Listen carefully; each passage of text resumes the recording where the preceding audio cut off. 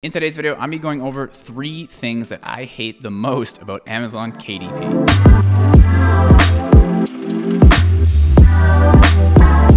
What is going on, guys? Welcome to the channel. If you're new here, my name is Dane, and on this channel, I talk all about self-publishing books on Amazon, all in entrepreneurship, and just lifestyle in general. So if that kind of thing interests you, make sure you subscribe, drop a like on the video, and hit the notification bell so you know when I post new videos.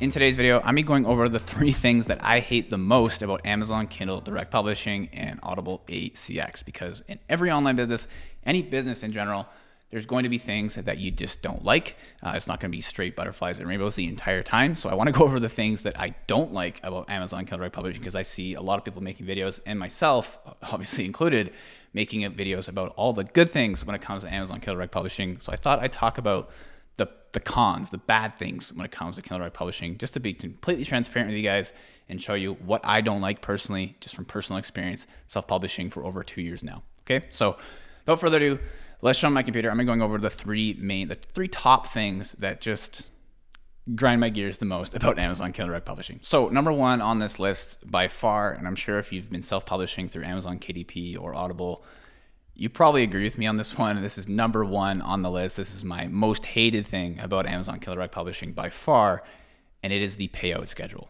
All right, and what I mean by this, I'm talking about when Amazon actually pays you, and Audible, when they pay you for the books that you sold on their platform. The time it takes from when you sell a book to when you get paid. Okay, so let's go over what that is and why I don't like it, and you'll probably see right away why I don't like it. So for Amazon KDP, which is your paperbacks, your hardbacks, your ebooks, not audiobooks, but for those kind of books, paperbacks, ebooks, hardbacks, the payout schedule is a 60-day cycle. So what do I mean by that? For example, if I made $7,000 in royalties off of my paperbacks, my ebooks, and my hardbacks in the month of January on Amazon KDP, I would be paid out those royalties at the end of March. All right. So for example, making all those royalties, $7,000 in the month of January, I don't get paid for 60 days after that, at the very end of March, not the beginning, the very end of March. So it's a very long wait time between when you sell the books and when that money for those books hits your bank account, which can be frustrating, and I can totally see it being frustrating for a lot of people who are getting started. One thing to take into account, though, is after the first 60 days, you're technically getting paid every 30 days. Okay, so for example, if your first month on KDP was March, you got paid or it was January and you got paid in March, your next month of earnings would be in February, but you would get paid for those February earnings in the month of April. So you get paid the next 30 days after that. It's just that when you're first beginning, you don't get paid for a total of 60 days after earning. When it comes to Audible, the cycle is 30 days. Okay, so it's a little bit quicker, but it still takes as long. It still takes a while. So for example, if I made $5,000 in January in Audible, I would get paid that $5,000 at the end of February. All right, so it's a 30-day cycle when it comes to Audible. So very long payout times. And this is all mainly due to KDP and Audible covering themselves if a return is placed on one of your books. That's the main reason that I've gotten from this. And obviously Audible is a little bit quicker. It's digital downloads. People are listening to audiobooks. They're not really a physical item, so 30 days makes more sense. But for something like KDP, the item has to be shipped out. It's physical, and if the person isn't happy with it and they return it, it's going to take a little bit longer. The process is longer, so Amazon won't pay you for those returns. So that's typically why it takes so long. Reason number 2 on this list is how particular KDP can be about your formatting for your books. And I'm talking specifically about Amazon Kindle Direct Publishing, so paperbacks, ebooks, hardbacks. So the margins in getting all of your pages formatted correctly can be tricky the first time around if you're doing things all by yourself. And for me, I usually outsource this kind of thing. I'll hire a formatter to do this for me, so I don't have this issue. But in the beginning, if you don't have the money to hire a formatter, whatever it may be, it can be a little bit tricky to figure out the proper formatting for your books. And I do have a video on my YouTube channel. If you're looking to format your books properly, just go on my YouTube channel, search. Maybe I'll link it here. I'll probably forget. I always forget. But if I don't link it, there is a YouTube channel or a YouTube video on my channel about formatting. So just search formatting and you'll see it's on there about using Microsoft Words to properly format your book. And on top of that, getting a cover created to fit your manuscript properly can be a challenge as well. And luckily it's very affordable, very cheap to get covers made. So you can probably outsource this one, but it can be a little bit more expensive to do the formatting. And usually it's very inconsistent as to why this is happening, this formatting issue from my experience. So what I mean is, for example, I've resubmitted the exact same file after it gets disapproved. So for example, I've submitted a file, say on Monday, gets disapproved. I submit that exact same file on Friday, it gets approved 4 days later. So it can be very inconsistent whether or not KDP is happy with your file or not. So it's just one thing to consider as well. Same thing for covers that are slightly too big. I should say two O's, too big, or have designs outside of the appropriate margins. Sometimes it works, sometimes it doesn't. Most of the time it doesn't work if you don't have a properly formatted cover. It can be a bit of a guessing game trying to get it to work to KDP standard. And once you have it figured out, it's fine. Like it's uploaded, you're done with it. But it can just be a bit of a hassle trying to figure out what KDP wants and what they don't want. Because they do tell you, but even if you do those things, sometimes it doesn't work. And side note, KDP and ACX support are not the greatest. And this could probably be a reason that I don't like this in general to itself, but I'll just mention here, the support is not the greatest, especially when it comes to instances like this, where you're trying to get like little tiny things formatted correctly so you can publish your book. It can be a bit frustrating in the first time around. Finally, reason number 3 is I hear people saying this all the time, KDP is saturated. Okay, and this is something I hate about KDP because everyone thinks this is the deal. If you're not inside of it, you're not doing it yourself. So let me explain why this might be. So people are, I hear these kinds of things all the time. Books are outdated.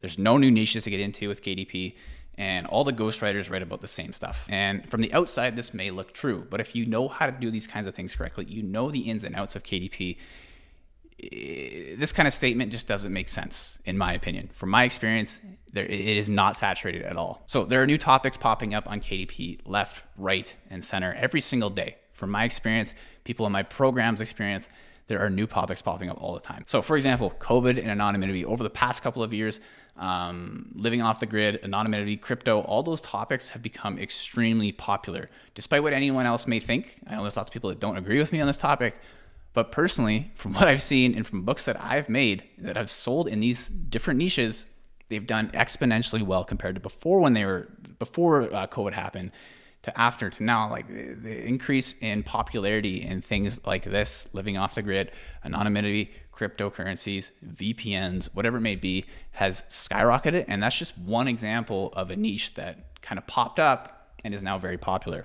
Maybe before it wasn't there, but things pop up all the time. And on top of that, Audible is absolutely taking off. So if you think KDP is saturated, which it's not, but maybe you think that, going on to Audible, it's not saturated at all. There's tons and tons of opportunity on Audible when it comes to audiobooks because it's still relatively new. The market size value for 2020 for audiobooks in general, not just Audible, but audiobooks in general, was $3.3 billion. And experts expect the value to reach almost $13.45 billion by 2027. Okay, look at that increase. That's $10 billion in only 7 years with the audiobook industry. So looking at audiobooks just alone, you can make tons and tons of money on Audible still. It is nowhere near saturated. For a topic like, for example, if I look up a topic like crypto on KDP, there might be 10,000 books competing for it. If I look up a topic like crypto on Audible and audiobooks, there might be under 1,000 books competing for it. So the competition is way less on Audible. The opportunity is way higher. Well, not way higher, but it's more high than KDP. Both present an unmatched opportunity when it comes to making money online. But Audible is even more so. Everyone wants audiobooks these days, and the competition on Audible compared to Amazon is very, very slim. You can almost consider Audible a blue ocean still. So those are the 3 main reasons why I don't like KDP and why other people probably don't like KDP looking from the outside. Let me give you some reasons to love it and why I love it and why it's definitely my favorite online business right now. So there's no inventory at all with KDP. All your books and everything is kept at Amazon's facility. We don't hold any inventory. Amazon handles all the logistics, the printing, the shipping, and dealing with customers. All that stuff is handled by Amazon. We are completely hands-off when it comes to our actual physical books. Also, a very low budget required to get started. Okay, some online businesses, some businesses will cost you $10,000, $50,000, $100,000 to get started with. Amazon KDP, you can get going with this thing for under $3,000 US. And that's being pretty conservative. Also, you get to create books about topics you love. Okay, so it's not just like any online business where it's like, let's just do this niche because it's popular. With Amazon Kindle Publishing, you can do a niche that's popular, but you can also love the content that you're making that book about, which is something I really enjoy. You also get to be an author, which is obviously very cool. You're an author, you're a writer. The compound effect is serious with publishing. And what do I mean by this? Every single book that you make adds a new income stream onto your income every single month. So your first book might make you $100 to $500 in a single month. Add another book, that's another $500. Add another book, that's another $500. And pretty soon you're making your way up to $10,000 per month with say 5, 10, 20 books. Not very difficult. And over time, the compound effect just kicks in, and then you can sell paperbacks, ebooks, audiobooks, hardback books. There's so many different ways to make money with books online. There's tons and tons of new popular niches popping up every single day, like I mentioned before. And Audible audiobooks are booming right now, like I mentioned, and present an amazing opportunity for making money online. And the final thing here, publishing books online can be made very passive once you have a few books under your belt, because you can get other people to write them for you. You can get other people to handle the entire business for you if you want.